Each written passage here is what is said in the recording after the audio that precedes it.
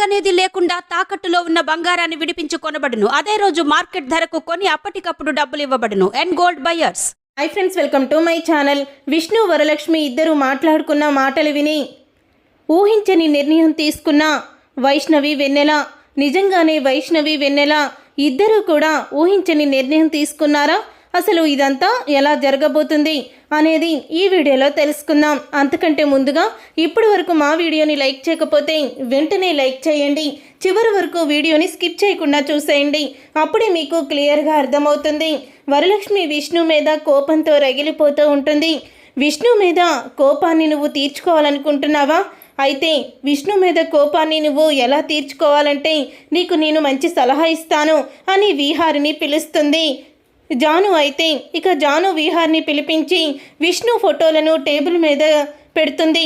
విష్ణు ఫోటోల్ని చూసి, ఏంటి జాను, ఏం చేస్తున్నావు, ఈ ఫోటోలన్నీ ఏంటి అని అంటూ ఉంటే, నీకు విష్ణు మీద కోపం వచ్చింది కదా, ఆ విష్ణు ఫోటో మీద ఇంటూ మార్కు పెట్టి నీ కోపాన్ని తీర్చుకో అని అనగానే అన్ని ఫోటోలు తీసుకొని విష్ణు ఫోటోల మీద ఇంటూ మార్కు పెడుతుంది. వరలక్ష్మి అయితే ఇప్పుడు నీ కోపం చల్లారిందా అని జాను అయితే అంటూ ఉంటుంది. నా కోపం ఇలా ఇంటూ మార్కు పెడితే చల్లారదు జాను, అసలు వీటిని ఏం చెయ్యాలో తెలుసా, కాల్చివేయాలి అని వంటగదిలోకి వెళ్ళి విష్ణు ఫోటోలను గ్యాస్ పొయ్యి మీద కాల్చేస్తుంది వరలక్ష్మి. అయితే వరలక్ష్మి విష్ణు ఫోటోలను కాల్చివేస్తూ ఉంటే అది చూసి ఇక వెన్నెల షాక్ అయిపోతూ ఉంటుంది. అమ్మ మనసులో నాన్న మీద ఇంత ద్వేషాన్ని పెంచుకుంది, ఇక నేను ఎప్పటికీ నాన్నకి దగ్గర కాలేనేమో అని బాధపడుతూ ఉంటుంది. వైష్ణవి అయితే వెన్నెల అయితే తర్వాత ఇంకా ధర అయితే చిన్నాని రాజశేఖర్ని అయితే నిలదీస్తూ ఉంటుంది.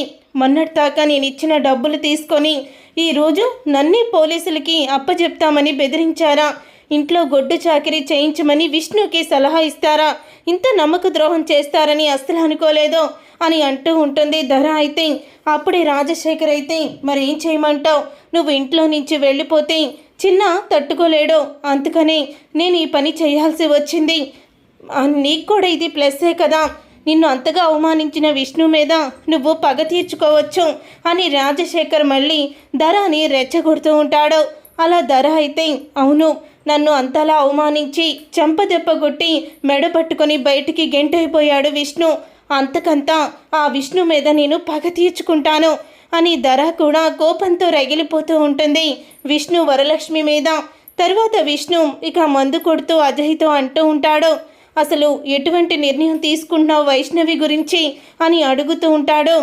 అజయ్ అయితే నేనిప్పుడు నిర్ణయం తీసుకోవాల్సింది, ఆలోచించాల్సింది వైష్ణవి గురించి కాదు, వరలక్ష్మి దగ్గర ఉన్న వెన్నెల గురించి. వెన్నెలను ఎలాగైనా సరే నా సొంతం చేసుకోవాలి, వైష్ణవిని వెన్నెలని ఇద్దరిని నా దగ్గర ఉంచి పెంచుకుంటాను, అతి త్వరలోనే నేను వెన్నెలని నా దగ్గరికి తీసుకొచ్చుకొని నా పిల్లలిద్దరిని తీసుకొని అమెరికా వెళ్ళిపోతాను అని విష్ణు అయితే మందు కొడుతూ అంటూ ఉంటాడు.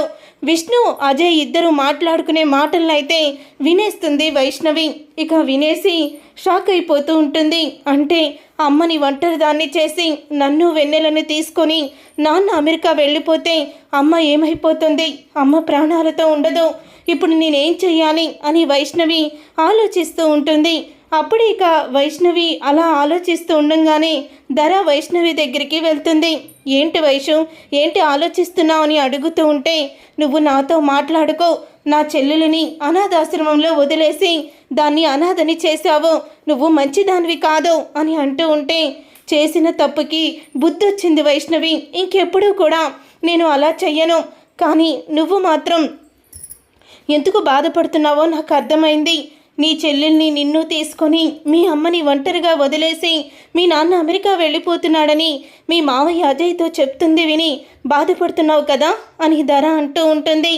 అవును, మేమిద్దరం దూరం అయితే అమ్మ తట్టుకోలేదు, అమ్మ చనిపోతుంది అని అంటూ ఉంటుంది వైష్ణవి. అందుకని మీ అమ్మ మీ నాన్న కలవాలంటే మీ వాళ్ళిద్దరినీ కలపాలి, దానికోసం మీరు పని చెయ్యాలి అని అంటూ ఉంటుంది ధర. అయితే ఏంటంటే అమ్మ నాన్న కలుస్తారంటే తప్పకుండా మేము ఇద్దరం కూడా ఏదో ఒకటి ప్లాన్ ఆలోచిస్తాము అని చెప్తూ ఉంటుంది వైష్ణవి. వద్దులేమ్మా, మళ్ళీ నేనే ఏదో చేశానని నా మీద నిందలు వేస్తారో, నాకెందుకు వచ్చింది అని అంటూ ఉంటుంది ధర. అయితే మీరు మా అమ్మ నాన్నని కలపడానికే కదా ప్లాన్ చెప్పారు, విడిపోవడానికి ఏమీ చెప్పడం లేదు కదా అని అంటూ ఉంటుంది ధర. అయితే ఇప్పుడు మీరిద్దరూ కూడా మీ అమ్మ నాన్నకి దూరం అయితే వాళ్ళిద్దరూ కలిసి నిన్ను వెతుకుతారు, అప్పుడు ఇద్దరు మీకోసం ఒక్కటవుతారు అని ధర అయితే ప్లాన్ చెప్తుంది. ఇక ధర చెప్పిన ప్లాను వైష్ణవికి అయితే నచ్చుతుంది. మరి ఈ ప్లాన్ని నేను వెన్నెలకి ఎలా చెప్పాలి, తనతో మాట్లాడాలి, ఎలా మాట్లాడాలి అని అంటూ ఉంటే అక్కడ జాను ఉంది కదా, తనకి కాల్ చేయి, తను తప్పకుండా వెన్నెలకి ఇస్తుంది అని అంటూ ఉంటుంది ధర.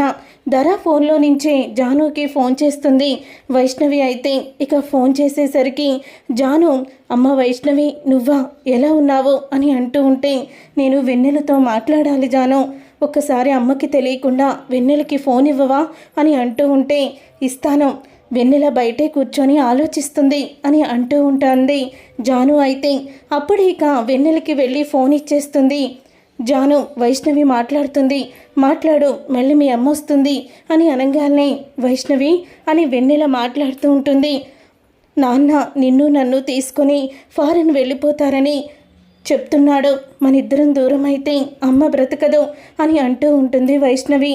ఇక్కడ నాన్న ఫోటోలు కూడా అమ్మ కాల్ చేసింది, నన్ను నిన్ను తీసుకొని అమ్మ కూడా దూరంగా వెళ్ళిపోతానంటుంది.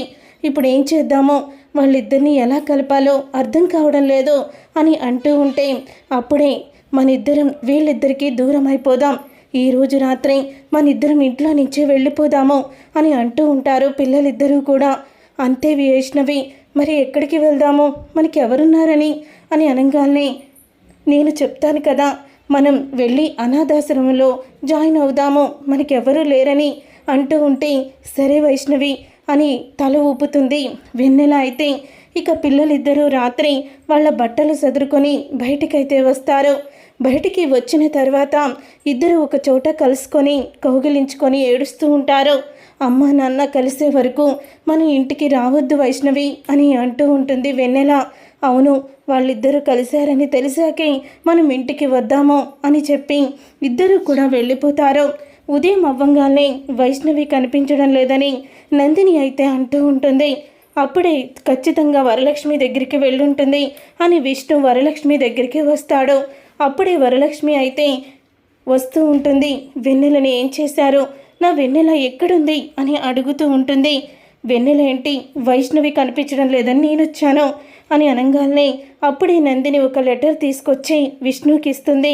మీ ఇద్దరు ఒక్కటయ్యే వరకు మేమిద్దరం మీకు కనిపించమని పిల్లలు రాసిన లెటర్ చూసి షాక్ అయిపోతూ ఉంటారు విష్ణు వరలక్ష్మి. అయితే చూశారుగా ఫ్రెండ్స్, రాబోయే కథలో వీళ్ళని అడ్డం పెట్టుకొని ధర విష్ణు వరలక్ష్మి మీద పగ తీర్చుకోబోతుందా, పిల్లలు ఎక్కడికి వెళ్ళబోతున్నారు అనేది రాబోయే కథలో తెలుసుకుందాం.